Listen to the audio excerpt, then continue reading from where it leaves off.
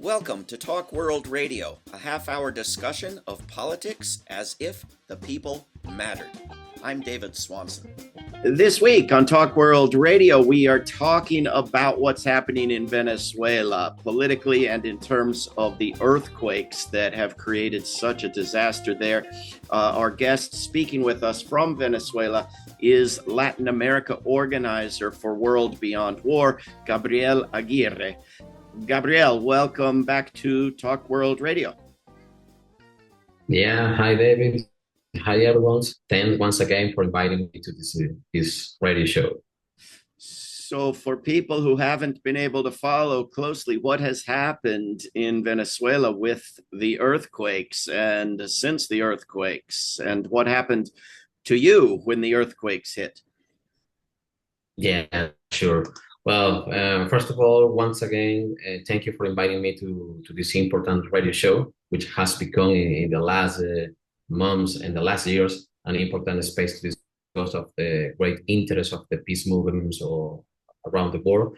Perhaps some of you who frequently listen to your show radio know that on June 24, two earthquakes struck Venezuela, one after the other, just 39 seconds apart, but at 7 on the Richter scale.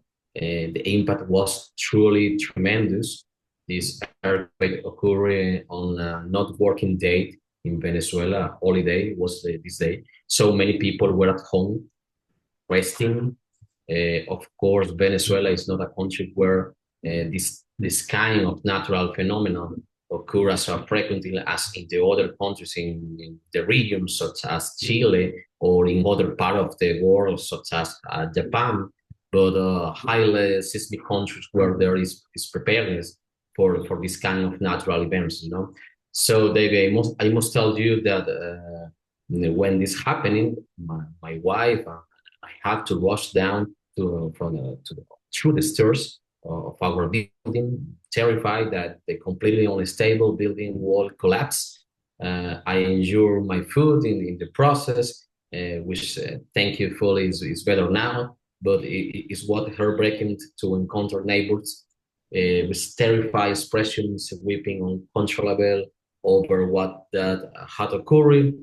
Our building remained standing with only a few minor cracks, but from then on, we begin to learn that other areas had been significantly affected. One of them was La Guaira, located on the northern coast of the country, home of the main airport and the country's main port, which David and I had the opportunity to visit the last February when we was in Venezuela on the peace missions. My T-shirt is for these missions in Venezuela. More than 230 buildings in that place were affected. They simply collapsed. The day after the tragedy, I have the opportunity to visit some areas. They truly resemble war zones. The level of devastation was staggering. All the infrastructure had collapsed. So much rubble, so many people searching for their relatives and friends. It was truly really a tragic scene. We immediately set to work to help and show, of course, the solidarity with others who had lost everything. Personally, I lost a friend and someone with whom I shared many years, very close to the family. And the first thing we did was identify the needs, and we went to buy supplies, to buy medicine, food, work tools for the zero zone, and collect clothing to distribute to those who suffer the most. I must express my deepest gratitude, of course, for the solidarity of the members of the World Beyond Wars and the other organizations that joined to support the victims of these earthquakes. Since June 24, together with the members of Venezuela chapter, we have working tirelessly to support all those affected. We have visited three affected states like Guaira, Miranda, and Caracas. And currently, the figures are very regrettable. Officially, there are more than 3,500 deaths, more than 6 injured, and as yet unclear number of missing people persons. On a positive note, we must highlight that nearly 60,500 people have been rescued. Well, David, that's more or less what's happening in Venezuela with the earthquake. I appreciated that we could start this radio show with this question because this is undoubtedly important to mention. And I want to thank you, Gabriel, for reports and photos that you have sent of the humanitarian work that you've been doing, that people can see on the website of World Beyond War. But I want to ask you, how would this disaster be different without the sanctions that are imposed by the US government? What is the impact of those before the earthquakes, and in terms of trying to provide relief to people who have been injured and whose homes have been destroyed by the earthquakes? Yeah, well, this is a good question to get into quickly because I know that we don't have much time. Some estimates indicate that after the earthquake, Venezuela has lost 6.7 billion of dollars of money from the GDP of the country, and that is an enormous amount of money. Perhaps some people don't know that Venezuela has been under US sanctions since 2014, even before Obama's executive order that year. There were already some unilateral coercive measures in the place, and that's the name that called by UN for the sanctions. These measures have been noticed and 1,000 measures from US, Canada, and Europe. Over these 12 years, these measures have caused the country approximately 130 billion in assets and funds, not to mention the direct victims of the blockade. For example, in the pandemic times, we lost 40,000 people for the resolve of the sanctions against the country because Venezuela cannot import vaccine to the country. And the real truth in all of this is that Venezuela remains under sanctions. The US has granted some licenses to ease certain sanctions without dismantling the blockade against the country. For example, 1 week ago, they approved a license to send some funds, send some money to Venezuela, but this license will expire in 26th of October. Okay, so it's the irony of the U.S. offering 150 billion of dollars while maintaining the blockade on nearly 20 billion of dollars of Venezuela, including the Venezuela main refinery like Citgo located in the U.S. and the money held in the U.S. banks, not to mention to the impossibility of accessing the country's fund. If there is ever a time to call to the lifting of sanctions against Venezuela, it's precisely now. It's important to remind that in the framework of the different activities to rescue the people, the police and the other institutions of Venezuela, and the rescue, etc., and the firemen don't have the work tools to can rescue the people, don't have the light, don't have the hammer and different work tools to try to rescue people with life. and this is a direct consequence of the sanction.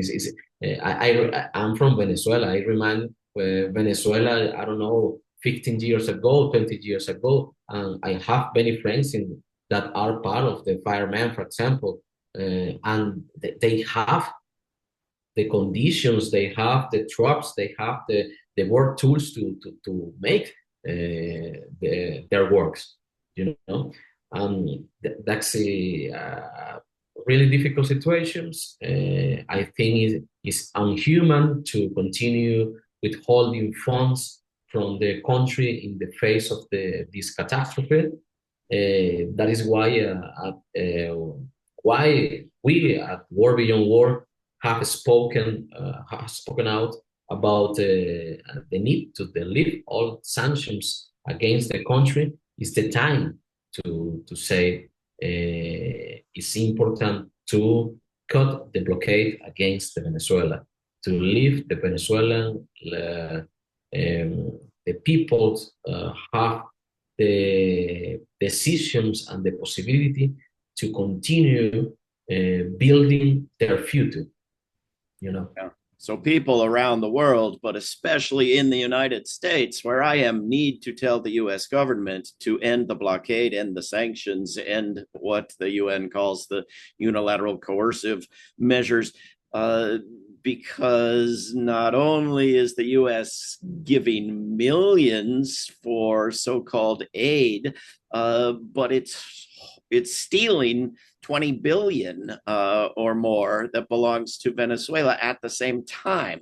So it's not just the sanctions, but it's stealing huge amounts of money from Venezuela. But on top of that, Gabriel, when the United States military gets involved in anything, especially when there's a natural disaster, which the US military doesn't really know anything about dealing with, and it's sent in, I'm always very suspicious that the motivation is just to get the US military in, and it won't leave again after the cleanup of the natural disaster. So what is the US military doing now in and around Venezuela? Yeah. That's important because well, here we enter a very interesting topic. The first thing that I must mention is that Venezuela has received agreed international aid from various parts of the world. Many countries send rescue who are helping to trying to find survivor of this tragedy. Many of them from Latin America, many of them from Europe, many of them even from Cuba, for example, that is a country blockaded. They send people to rescue the people in Venezuela, despite the difficult situation and the difficult conditions in Cuba that are also victims of the blockade from US. Tons of humanitarian aid have also been sent to be distributed to the people. I think that's wonderful. As I mentioned it earlier, the US offered $150 billion of dollars, which is certainly not significant compared to the funds that the money that is keeping blockade that belong of the Venezuela to the Venezuelan people, to every child and elder person in our country, and even to the children yet to be born. You know, and from the ground operations, the South Commander become involved. A command heavily criticized by pacifist movement because it's represent the armed wing of the U.S. military for the regions. Furthermore, they have brought in active duty U.S. military personnel under the pretext of assisting in search and rescue efforts. There is a historical experience we must not forget, and that's very important. In 2013, the earthquake in Haiti, the U.S. took advantage of this situation to deploy troops in the country, to the country. So from this time to here, they don't leave the country in Haiti.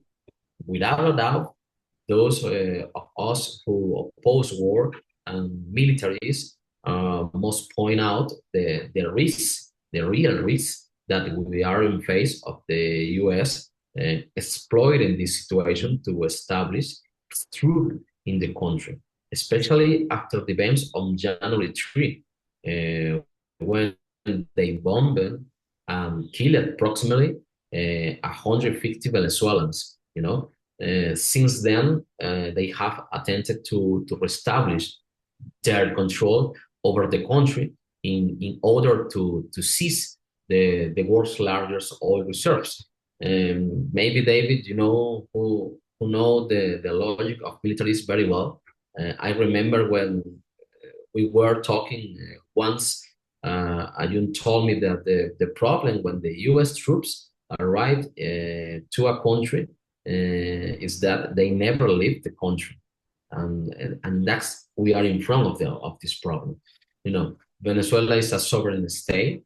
It's important to mention this. A hostage of U.S. imperialists, which still has a gun pointed at the country, maintain its deployment in the Caribbean. They continue exploring ships in the Caribbean Sea and keeps the troop and military bases in the region ready to act against any country to oppose its hegemonic interests.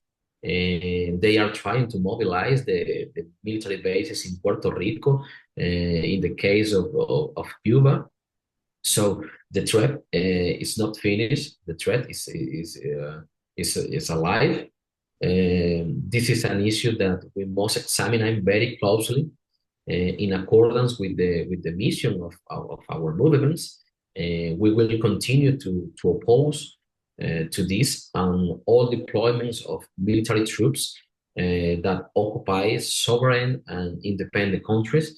We don't need the military from the US. We need all the humanitarian aid that we can receive. We need medicine, we need supplies, we need lift the sanctions.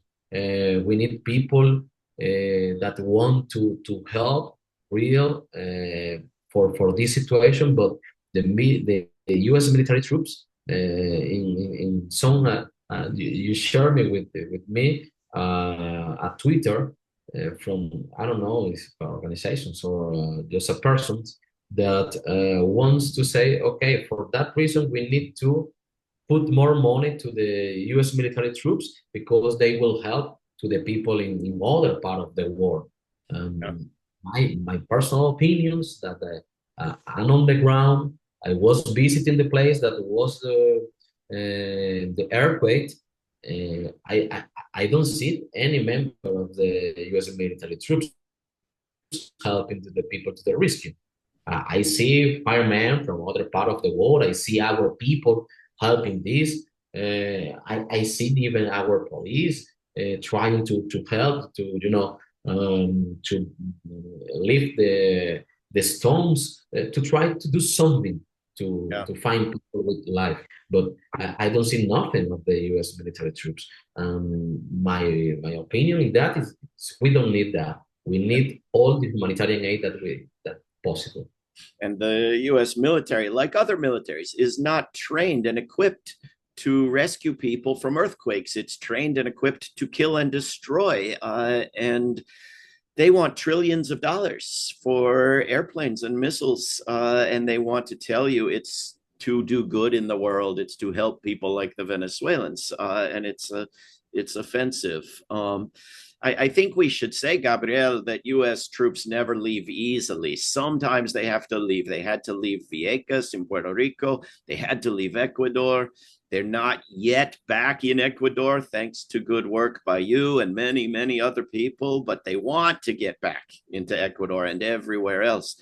But I want to ask you, what what is happening with the president and the first lady of Venezuela, because back in January, the United States didn't just attack the country, it also kidnapped the president and his wife. And they are Yeah. locked up in New York City, right? Yeah. Well, briefly, the U.S. and the Trump administration kidnapped the president of Venezuela on January 3rd, like you say, along with his wife and Congresswoman Celia Flores, under the fictitious pretexts that have not been proven to this day.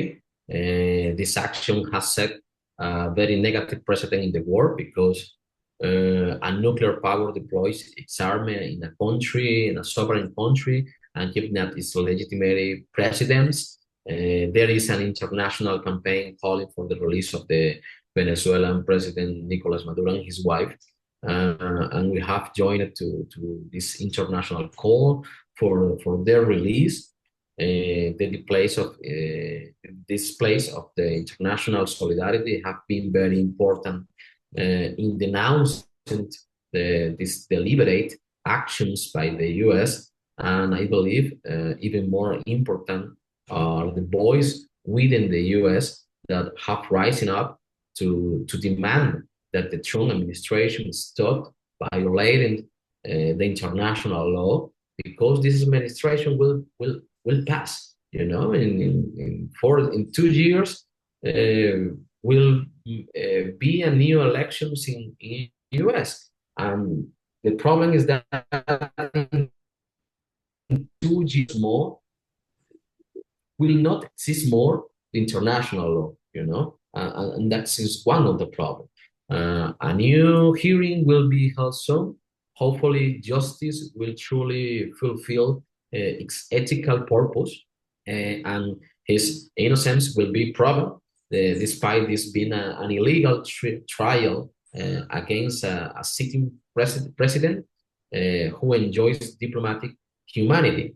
And we are continue trying to call to respect international law, and of course to try to say to US that they don't have the right to make this, not only in Venezuela, in other part of the world. You need respect the international law, and that's the more important to try to don't arrive to a nuclear war in the future, and that's the main problem. Yeah.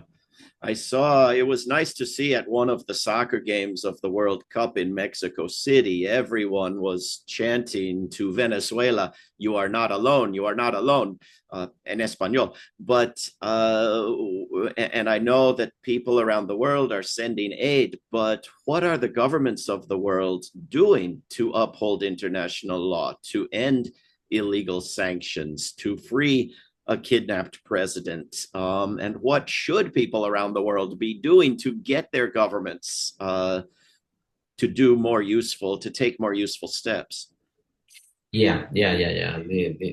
This is I totally agree with you.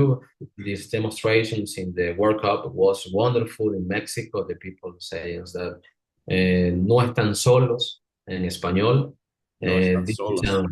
yeah, this is a moment to demonstrate the most important thing that we human being possess, and this is the value of solidarity. Venezuela as a country and its people desperately needs support and assistance. The solidarity should be expressed in two ways. First, with the victims of the earthquake, in every way possible, no matter how small, and second, by the highlighting the Venezuelan people's struggle against sanctions for their independence, their sovereign, and their right to be free. All forms of neo-colonial dominations, advocating for peace in any corner of the world is one of the most important things that we can do and the peoples can do, from raising our voice against war to carrying out peaceful, non-violent protests. It represents a significant step in the right directions. It's my opinion. Is the idea of the war beyond war. Organization is the best response to outrage Our movements today allow us for many ways to work for peace, from education, from activists to expressing the ideas through the social media. All of these contribute to supporting all advocates who are convinced that we must change this world of profound injustice and inequality, but also world where we can see the kindness and good feelings of humanity. We have just a few minutes left. Gabriel Aguirre, as Latin America organizer for World Beyond War, I know you're dealing with this crisis in Venezuela, but what is happening with anti-war work in Latin America, as with the exceptions of Mexico and Brazil and a few places, the governments are moving to the right, are moving toward militarism, are moving towards servitude to the United States and the Monroe Doctrine. What are people doing against war and for peace these days in Latin America? Yeah, we are almost finished this wonderful radio show in Latin America, and we are developing several campaigns. One of which is the American Assault for Peace campaign, with the main purpose is opposing to the militaries in the region and dismantling the military bases and the South Commander. We also joined to the voice that oppose our first, for example, in countries like Colombia and Brazil. We work for the closure of the old military bases. We joined to the million of voices calling for an end to the genocide against the Palestinian peoples, expressing our solidarity with our chapters, with our affiliates. We participate in online and in-person educational events about the culture of peace and denouncing war and its preparations. We participated in peace education course and events where guidelines are developing for working on a peace strategy. So that is the part, is one of the small part that we are involved in Latin Americans with our chapters, with our affiliates, and we have many work in front, but we are doing our best effort that we can do. Last question, Colombia versus Switzerland. What will the score be? I think we'll win by Colombia 1-0. 1-0 Colombia. Okay, Yeah. we will see. We will see. I hope. Gabriel Aguirre is Latin America organizer for World Beyond War. You can visit worldbeyondwar.org. Gabriel, thank you very, very much for everything you've been doing, especially now, and for talking with us on Talk World Radio. Thank you once again, David. It was for me a pleasure talking with you these past few minutes. And we always feel like we have say enough, which to so much to say, but so much to do. This is Talk World Radio. I'm David Swanson. Take action at rootsaction.org. Help end war at worldbeyondwar.org. Read or listen to today's Peace Almanac entry at peacealmanac.org. All past shows can be heard at talkworldradio.org. Talk World Radio is produced in Charlottesville, Virginia, and syndicated by Pacifica Network. There is no way to peace. Peace is the way.